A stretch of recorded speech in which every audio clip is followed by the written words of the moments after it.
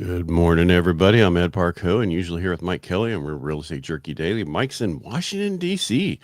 Yeah, it's like that old movie. Uh, Mike goes to Washington, D.C. I forget what movie that was. That was old movie. Same time as the It's a Wonderful Life kind of thing. Anyway, let's get on to the news. It is Jobs Week this week. What does that mean? That means we talk about jobs besides everything else. And of course, Mike picked the perfect week to be gone because it's all about jobs. Today we're kind of floating stance. What that means is we're watching the market to see if it's going to improve, because right now the Dow's down 227. The bond market's not doing amazing this morning. There's been some reports that come out that kind of threw us off, and I will get into those in a second. See that we're about 11 basis points down, then 10-year sitting at 4.45, and you're all going, these are too many numbers. Sorry. The reason everything's down is because the U.S. doubled its tariffs on steel and aluminum from China and the EU. Both sides are accusing each other of breaking trade agreements, which is raising the trade war fears. And of course, with that fear, the market becomes nervous. And that's how that works. Inventory is finally growing. We're up. According to Housing Wire, we're at 803,519, which is another 16,470, which is good. That gives more offers, right? This is we're up by over 16,000. This is a healthier sign that we're getting closer to pre-pandemic levels and giving buyers more choices. There was a huge article out over the weekend. It was all over social media and everybody was talking about it. And if you missed it, you're like me. I was out by the pool and I didn't do any work this weekend. I enjoyed my time off, which is unusual. My wife told me, you better do no work this weekend. Actually, didn't tell me that, but I did. I think I told Mike last week I rejoined the gym, because I have a gym in my garage, but it's all a little messed up because of the remodel we've been doing. So I finally joined the Grant gym, and it's like nice to go back somewhere and just focus on lifting. But we'll see how that works. Eventually I'll get tired of people. All right, it's back to this article that Redfin put out. Redfin says there's 500,000 more sellers than buyers in the market.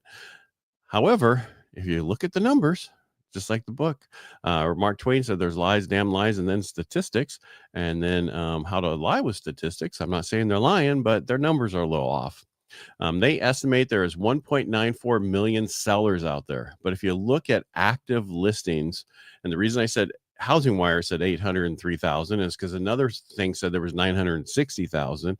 So if you just skew the difference, bottom line, it's a flashy headline, but the story remains the same. Housing inventory is improving. There isn't 500,000 more buyers and sellers out there. I think they were just upset because Zillow got the award for more people going to it than anything else. And that's all your agent's fault for making Zillow such a monster, from buying all their leads for all those years and trying to get all your mortgage people to buy all those leads. And you just created this monster that's going to take over the real estate and the mortgage industry. Watch my words. Unless something happens, like things always can happen. We looked at pending home sales, and they fell 6.3% in April. A sign of slower buyer activity. We've kind of seen this since the rates and the uncertainty out there. I'll get into that more in a little bit. The dips in the stock market, we've seen more people seeing their investment drops. And when their investment drops, they're less likely to make big home purchases. And that's what we're seeing. So I was talking about, this is Jobs Week. Tuesday is JOLTS report. It's going to track how many jobs are opening and how many people are quitting or being hired. Wednesday, I have ADP employment report, plus we'll have mortgage applications. Thursday's initial jobless claims. And Friday, one of the biggest report, which they expect it to show 130,000 new jobs and unemployment to stay steady at 4.2%. This is Bureau of Labor Statistics. And unfortunately, sometimes I call it Bureau of Lying Statistics, because for almost a year, they lied about what the numbers were. And so I don't really trust it anymore. It's a government number. I really don't trust it. I prefer the more private sector to tell us what's going on. There is a worry signal out there for people who make 24.3% of wealthier households think they might lose their job in the next 5 years, higher than during the 2008 financial crisis. And since this group drives much of the US spending, this fear could slow the economy. There's a lot of stuff out there, a lot of talk, a lot of noise. And I'm just telling you, if you need the house, I have helped a bunch of people lately who are stretching the seams of their house. Had another child, they really need more room, but they really don't want that increase in payment. We find ways that you to be able to buy that next house, save some of that money, pay off your debt, so your payment stays the same, overall payments, and then eventually when you can refinance, you can get your numbers down. But that's a way to look at it. Right now, tariffs are hurting trade, but stockpiling inventory before tariffs hit help offset the damage to GDP. The Fed Governor Waller says that if tariffs stay high, we could see unemployment rate rise to 5%. I don't know if that's going to happen, but if inflation keeps dropping and economy stays steady, we might even get good news. Yeah, let's tell something we don't know. Fed is talking at 1 p.m. today Eastern, and we'll see how that moves the market, because it's not what they show, it's what they say. There is we've been talking this for a while, aging in place, where more people older are staying in their house, and they're just doing projects to make them more comfortable while they're there.